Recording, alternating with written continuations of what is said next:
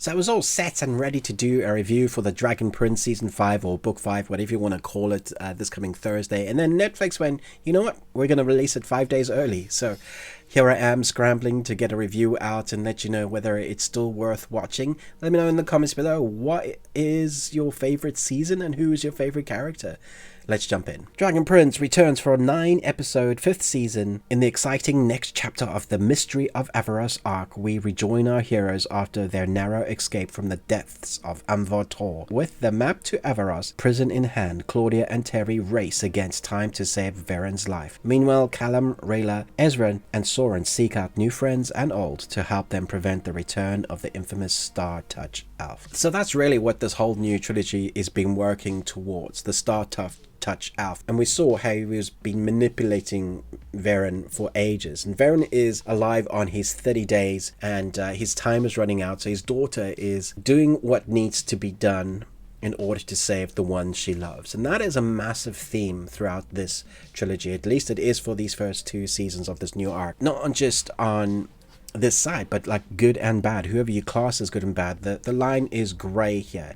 You know, some people make decisions that are bad but for the greater good, and that's kind of the justification that we have here with saving Veren. And Veren is come to terms with these demons, I guess, in these 9 episodes. I like the way it's done, how they're handling what's going on with him, even though he doesn't have a lot of movement. And at the same time, we're exploring his daughter's relationship, Terry, who has a very interesting power set. It's very interesting to see how they use that in these 9 episodes. It is again a journey season, which I think works best when our characters in Dragon Prince are going somewhere to get something that's going to help them save the day. That works well because we get introduced to new characters, new settings, new art pieces, new styles, and all of that is great, and we get a lot of that this time round, particularly the latter half of these 9 episodes where we're at sea with pirates. That is a lot of fun, and I think a lot of people are going to feel like this season feels like the middle season, which it totally is, but it feels like the setup for the conclusion, which again, it totally is.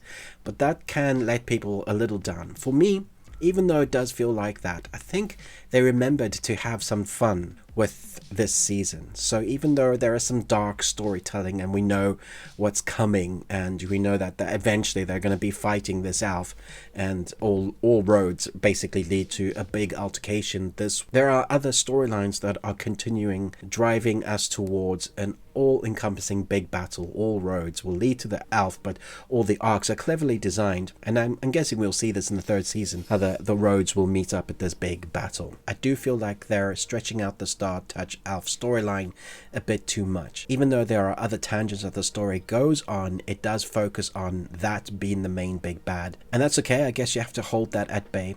But this works best when we're with our characters, getting to know them more, seeing how they react to the circumstances they find themselves in, and how some of those characters grow and overcome obstacles that always seem bigger than life. So when they're fighting on the ocean in this one, particularly Callum, he's got to learn new stuff, and each season so far he's learned how to become a better wizard, not just being the kid wizard, but actually being a formidable wizard, I guess, and how he is flirting with the dark side. We've seen him do that before.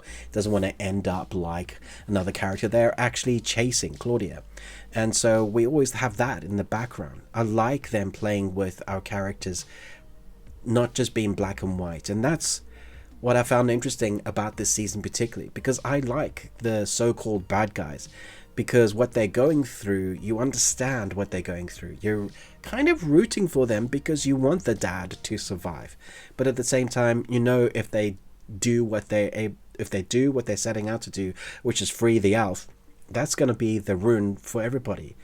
So the ends doesn't justify the means, but you, at the same time, their relationship together with the father and that growing story, you're rooting for them, but you know you shouldn't be. At the same time, you're also rooting for the other guys to stop them so that the world is saved. There's a number of relationships that we meet up again that I thought needed more time, because one particularly, I like them, and the others, it just feels like they're now just added on characters for the sake of being added on, and I just hope that we were going to get a better arc. Maybe that'll all come to light in the 3rd season, the final part of the arc.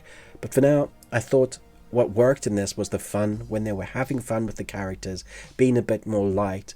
The animation really is doing its job well with the vibrant color characters when they're going through action sequences.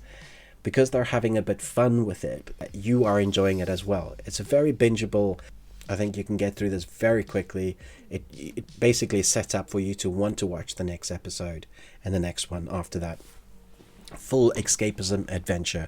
I think the first part of this arc was a bit dark because it was coming off the darkness at the ending of the first arc.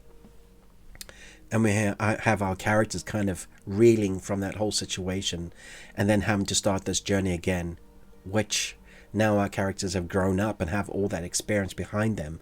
Seeing them have fun on the ocean a little bit, I think it was a great way to go. So far, I'm going to give this 4 Nicolas Cages out of 5.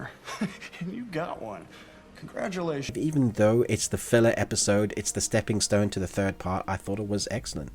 And I had a lot of fun being introduced to those characters again, and the new ones I thought were excellent. Between voice work, animation, score, which is so good, I think this was one of the better seasons from this whole franchise. Thanks so much for watching, but most of all, till next time, remember, live long Tuesday.